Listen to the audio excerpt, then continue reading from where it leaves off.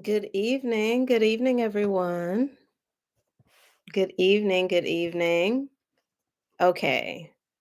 All right. I got this together now. I feel like me and technology just aren't having the best day.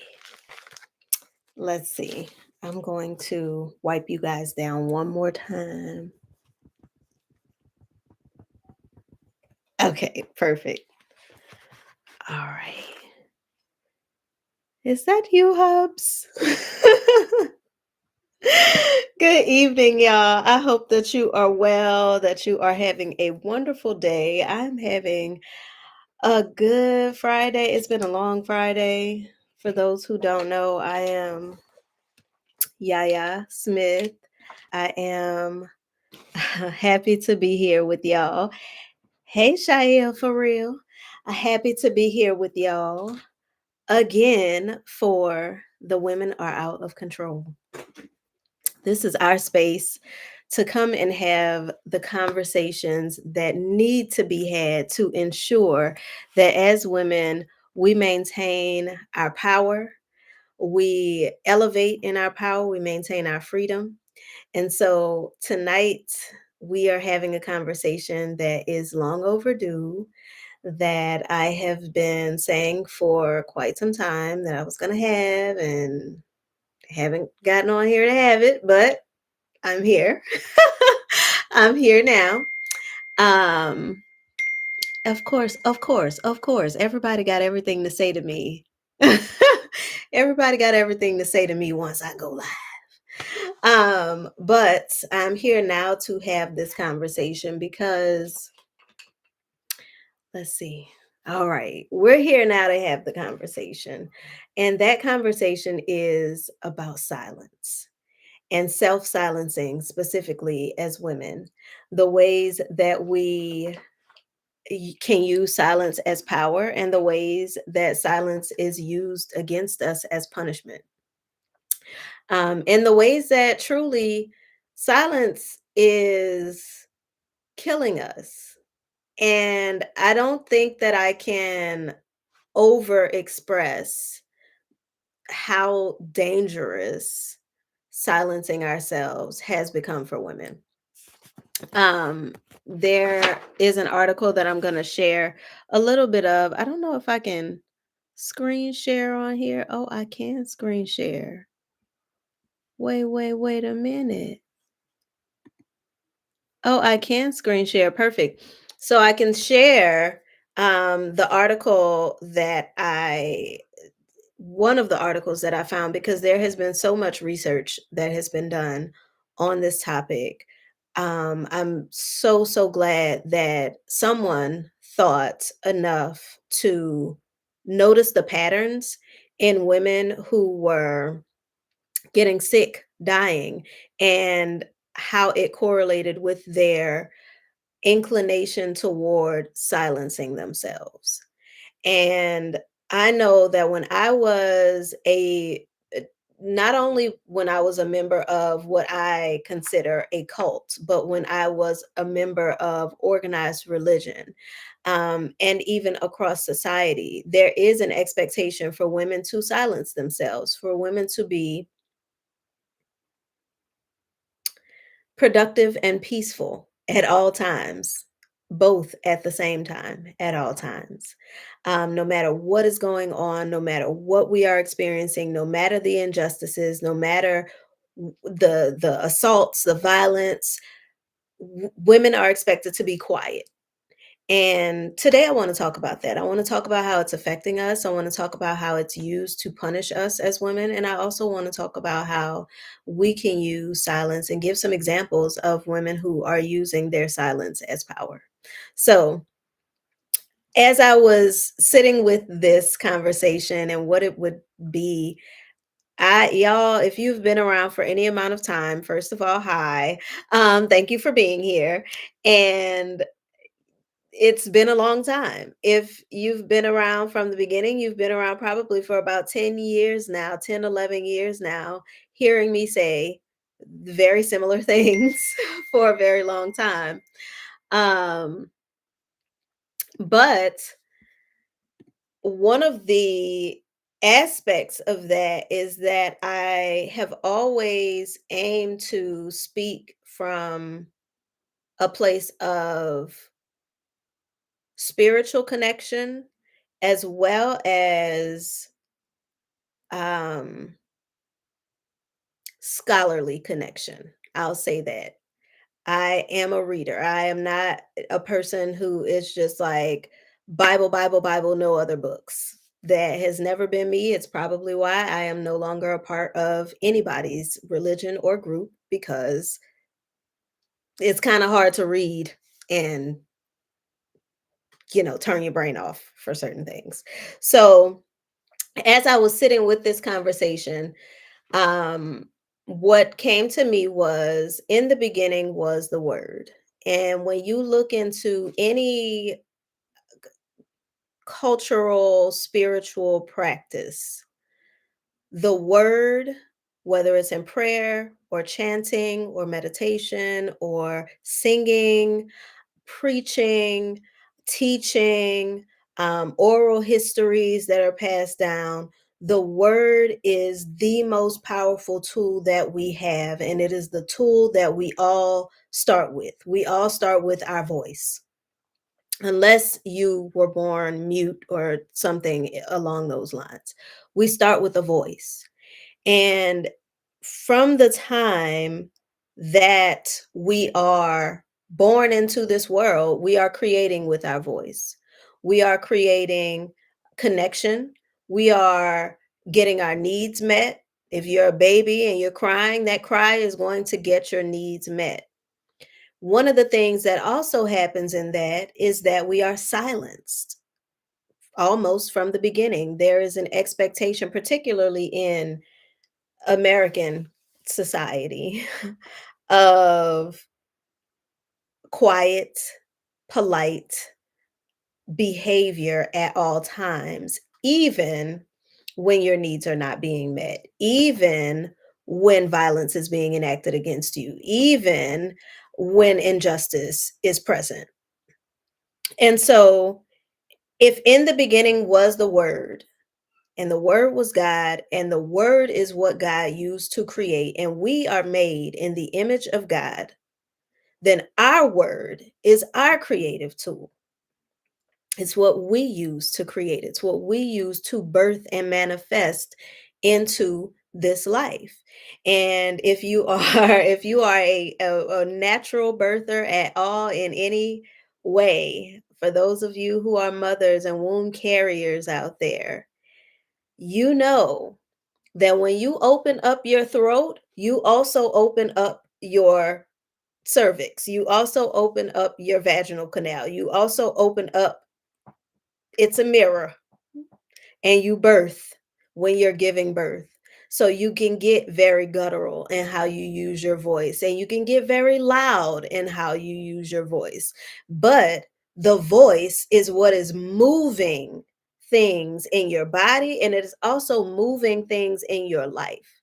So it makes sense when you consider how powerful we are as women, how powerful we are as creators, that our silence will be used against us, that our silence would be the tool that is used in order to stop us from creating, and also in order to get us to comply with what is being created for us. If you are not using your creative tool, your voice, to create the life that you desire, then you are living a life that has been created for you. And as much as we can look around into the world and see the world that has been created for us, many of us can also recognize that we are not actively, intentionally creating it. Most people are looking to quote unquote leaders, normally, usually men, to tell them what they are allowed to create, tell them what rights they can have. Tell them how they can speak, express, show up in their lives, to give them the parameters first. And that's one of the first ways that we silence ourselves, is looking for someone else to tell us who we are, what we need, whether we deserve it or not. So, if you are not when you are silenced, you are not creating your own life. You are allowing life to be created for you. Oftentimes, we are silenced so early, though, that we don't realize that we're being silenced. We think that we are keeping the peace. We think that we are um, making sure that everything is harmonious. We are not rocking the boat. But the truth of the matter is, whose peace? Is that the boat that you're supposed to be on? If you are on a boat that is taking you against your will to a life against your will, rocking that might be a good idea. If you are living inside of a life that is peaceful for everyone within your world except you, then it might be time to stop keeping everybody else's peace and give them their peace to keep, so you can have your own. Just saying. Just saying. One of the most prevalent social norms that we have, whether we're thinking about from the home to the office to the church to the school, all of our social environments, is the meek woman. The woman who is overly nurturing or just very nurturing, willing to go along to get along, willing to allow whoever has taken on the title or role of leader to lead them without question. I am I am a big believer, like, as far as the Bible goes, I can take it for what it is, and recognize that it is a tampered book and not, but I can also look at the stories and say, okay, this could for sure make sense. Because if you are around men at all, you understand why God gave men women, if that's how the story really went. Because he wanted this thing to last. Like, if we gonna be serious about it, probably wanted to make sure that we didn't all, one generation and then we're done. And I'm not just talking about giving birth. I'm talking about like all the things. So it's very interesting when we are in situations where we allow folks that, and I'm talking about us women here in the West specifically right now, because I have been keeping my finger on the pulse of Afghanistan and Iraq and what's happening with women in those places, and Sudan and Congo, and that is a whole other story that I'm doing my due diligence to get someone who is willing to have that conversation here with us, how those women are becoming even more subversive in such a high control situation. But here in the West, where we do not have to by law allow some of the shit that we allow, what is really going on? Why are we not asking questions? Why are we not demanding more? In those ways, silence is being used, and the expectation of silence, the expectation of compliance, the expectation of a meek and mild woman is causing us to save face and lose everything else. I was reading an article about self silencing. It was in Time Magazine, October 2023. And I'm gonna read a little bit of it because it really took it there.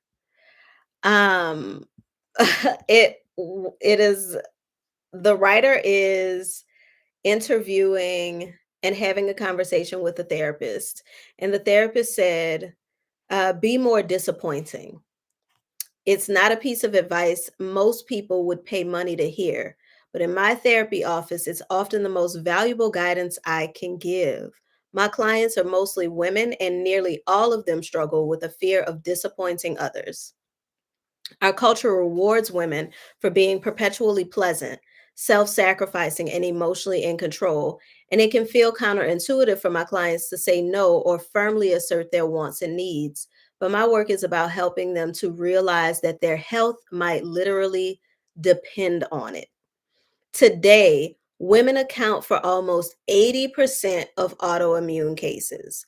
They are at a higher risk of suffering from chronic pain, insomnia, fibromyalgia, long COVID, irritable bowel syndrome, and migraines, and are twice as likely as men to die after a heart attack. Women experience depression, anxiety, and PTSD at twice the rate of men and face ninefold higher prevalence of anorexia, which is the deadliest mental health disorder.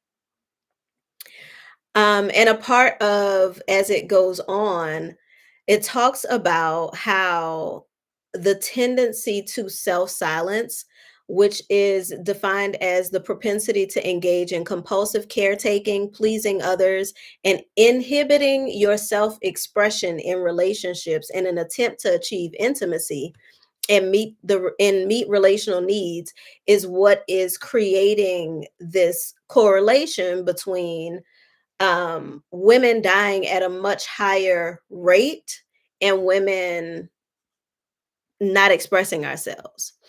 I recently had a conversation with my husband again in my prayer meditation time. I'm like, what is really going on? What's happening?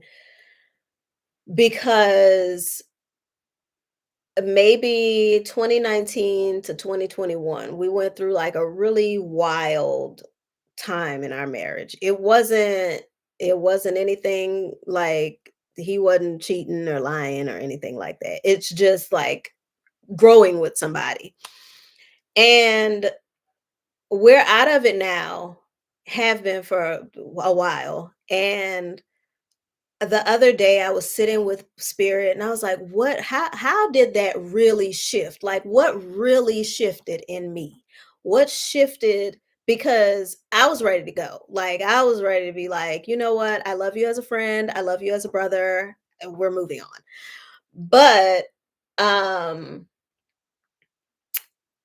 what I realized and what spirit downloaded to me, and I was like, whoa. And I shared it with my husband. He was like, it's kind of true. When I changed my attitude to be more pleasant, an easygoing kind of woman, just kind of go with the flow, whatever you want, husband, whatever you say, it's fine. I went from getting high conflict, high intensity relationships to getting the man that I truly wanted and desired.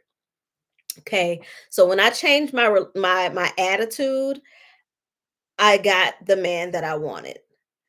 But when I changed my attitude back, I got the marriage that I wanted. And I think that that can be applied in so many ways for women. Whether we're talking about getting the promotion that you want, whether we're talking about really making your impact in the industry the way that you want to, whether we're talking about getting the appreciation that you want, whether we're talking about getting the recognition you want, getting the marriage that you want, When we soften ourselves, we often do attract that thing that it is that we want because now we are resonating with what it is. But when we firm up our boundaries and get to the place where not only are we holding space for our softness, silence, compliance, willingness to go along in that piece, but we're also holding space for the part of us that ain't going, the part of us that has questions, the part of us that is asking for more and not just asking, demanding and requiring it. When we're holding space for both of those things, then we not only get the item or the one thing that we desire, but we also create the environment for it that we desire, and an environment that is sustainable for ourselves as women, because silencing yourself is not sustainable, as you just saw in the article. Even if as a woman you are getting the short-term result of peace, the husband isn't, I don't know, yelling or whatever have you, or the kids, or the job, that if you're getting that short-term reward of silence, the long-term cost to you, and sometimes not even long term, you never know when a heart attack is right around the corner. You never know when. And I know women personally who have survived heart attacks and who decided afterwards, you know what? If it needs to be said, it's going to get said. I know women who have survived strokes and were like, you know what? I'm tired of holding that shit in. This is what it is. It's so important for us to, even if you're going to be silent, be in control of your own silence, not have someone else silencing you or expecting silence from you.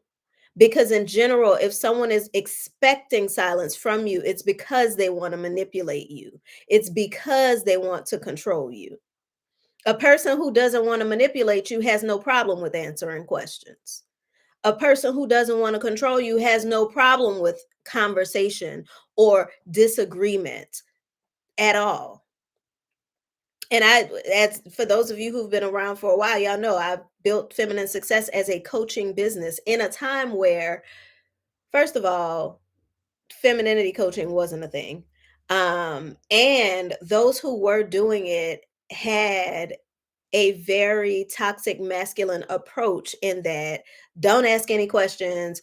It is what I say it is, and be just like me, and all of these other things.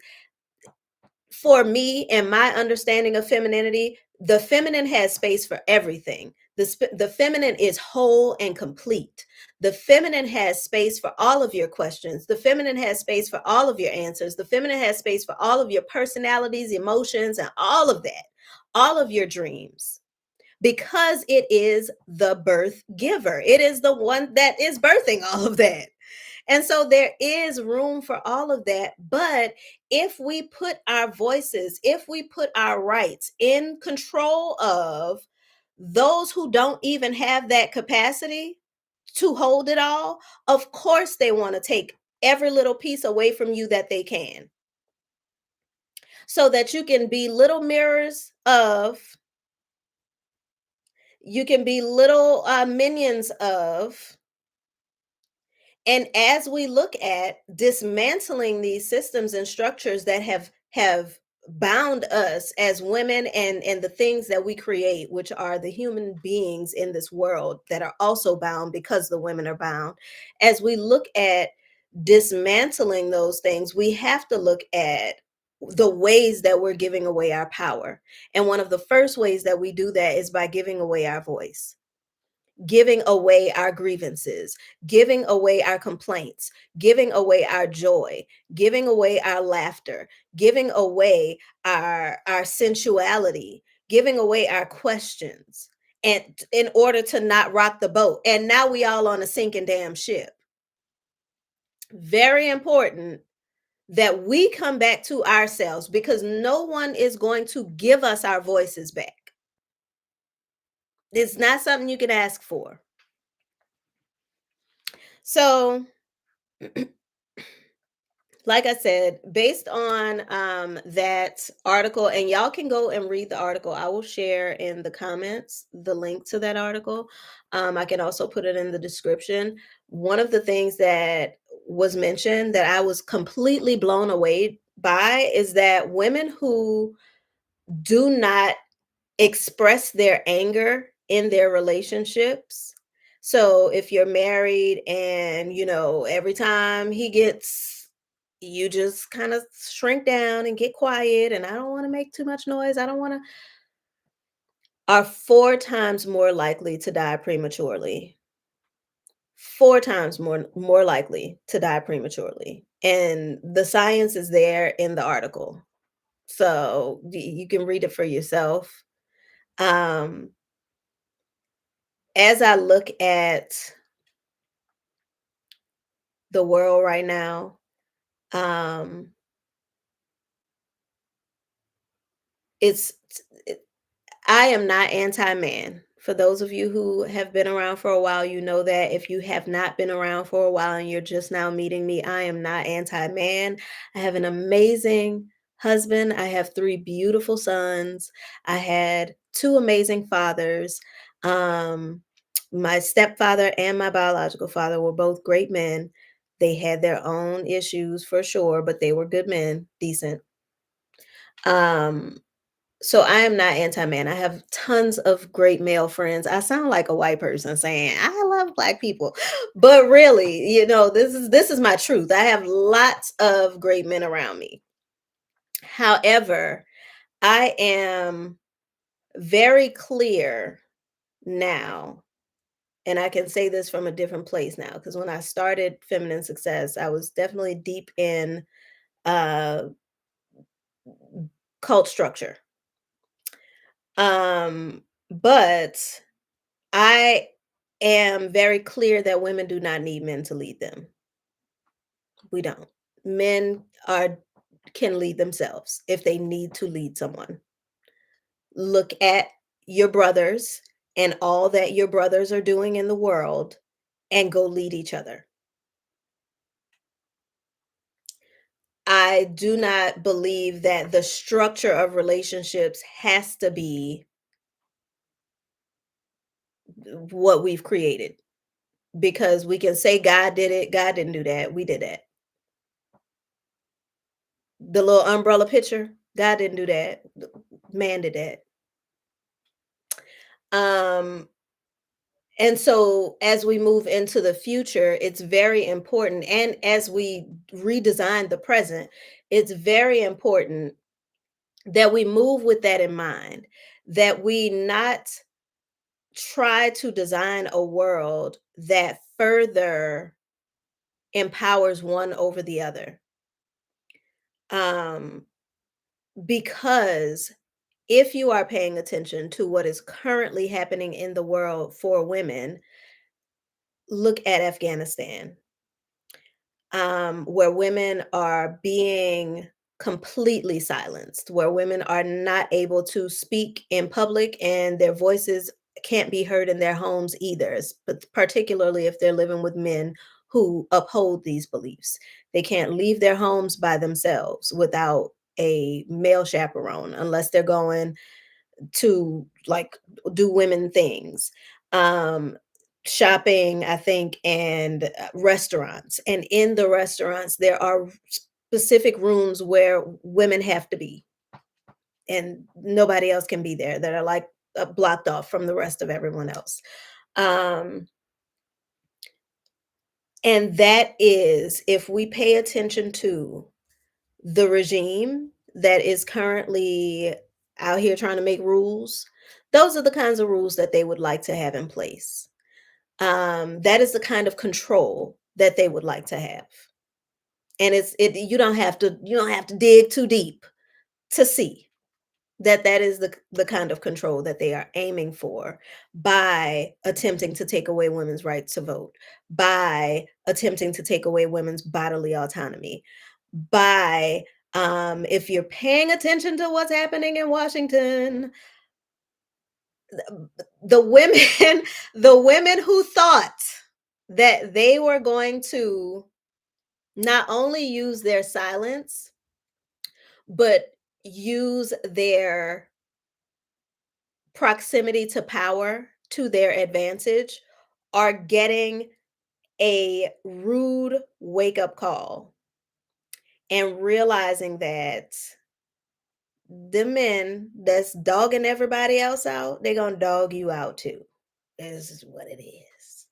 And so if we're paying attention to what is happening around us, we can see that a lot of the progress that we've made as women is trying to be eaten back. And we can't give them no ground, period. Period, point blank, the end. A part of that is stop asking people for anything. Stop asking folks. Stop. When you ask them, you let them know that you believe they have your freedoms, abilities, powers, and they don't. They have it because you're asking them for it. My mom raised me big on don't ask nobody for something that's already for you. That's your shit. Go get it. I have very feisty women who have come before me, if you can't tell. Very small and feisty women in the world. So, but looking at those things and recognizing that this world is attempting to suppress the divine feminine rising. It is not a game. It is not that bubbling up inside of you, that discontent inside of you, that desire for more inside of you, that desire for better, that complaint that you have, that frustration that you need to air out, the venting, what the sister circle that you need, all of the spaces that we need to express ourselves and holding space for ourselves to express ourselves. If you holding space for your children to say what they got to say, and your mama to say what she got to say to you, and your daddy and your husband and your boyfriend and your brother, and all these people can say what they got to say, but you got to be quiet. It's time for you to hold space for you. You've got to hold space for you. Forget whether they gonna hold it or not, because you're the one holding it for them. And we talked about in the beginning, if you holding everybody else's peace, you don't have any space to hold your own. Put that down. Give them their peace back. Let them hold their peace. And you crash the fuck out. Don't crash out. Don't crash out. But sometimes, you know what? This is a conversation. I'm trying not to go into my coach hat too much because I'm trying to just chill. Sometimes a good crash out is actually what's called for. It's just, I think that if we collectively crashed out as women at this juncture in history, we would see things change expeditiously. Shout out to Clifford Harris. Expeditiously, we would see a change. If we just collectively were like, you know what? No. No.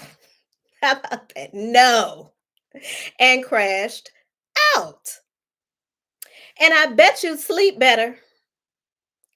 I bet you'd have the best sleep of your life. I can tell you because I crash out probably on a schedule at this point, and I sleep beautifully. I really do.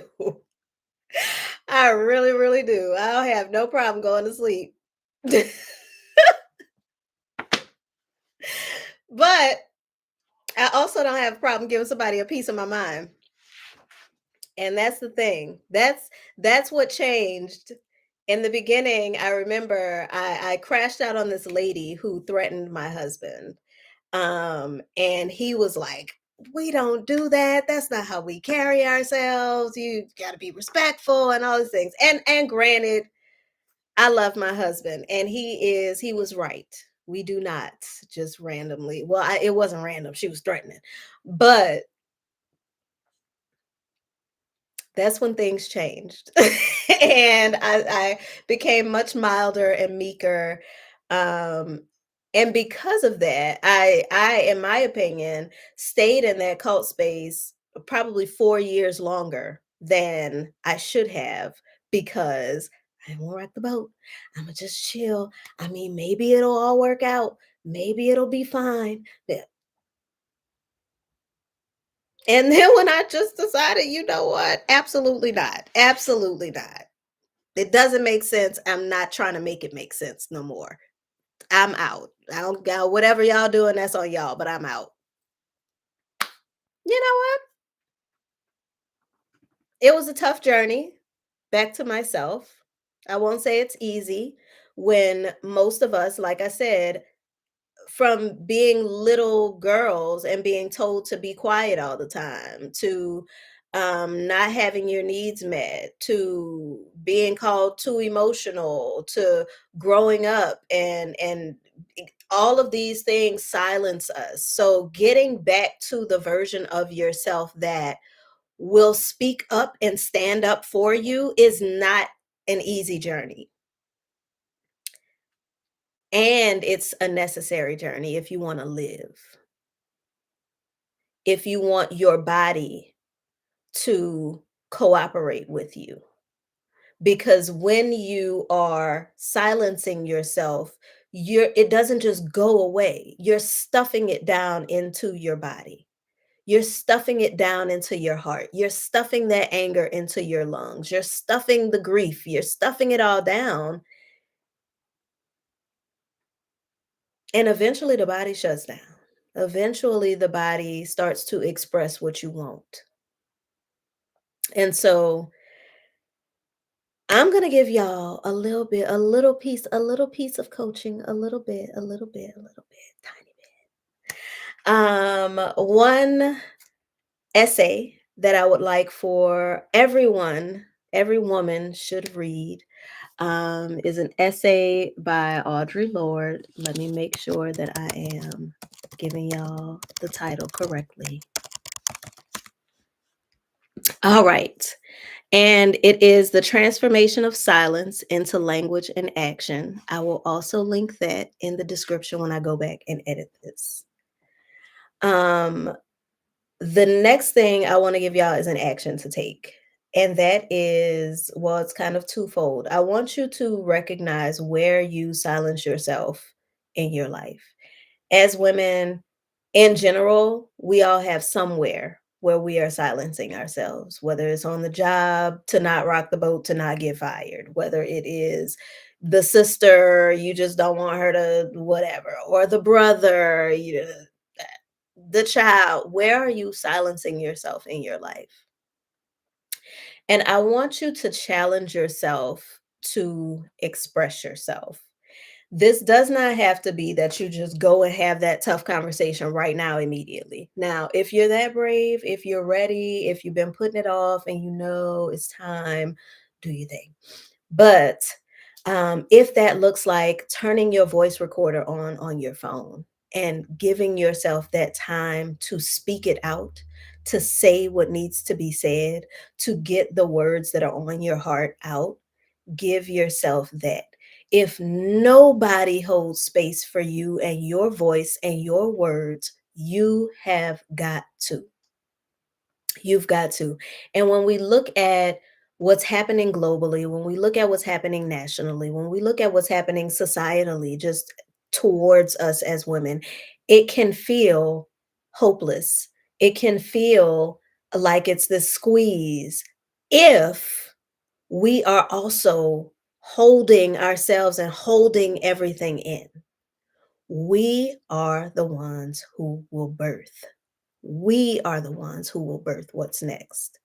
And so we are the ones who have to begin the process of holding space for ourselves to speak a new world, to see a new world, to vision a new world, and to birth a new world.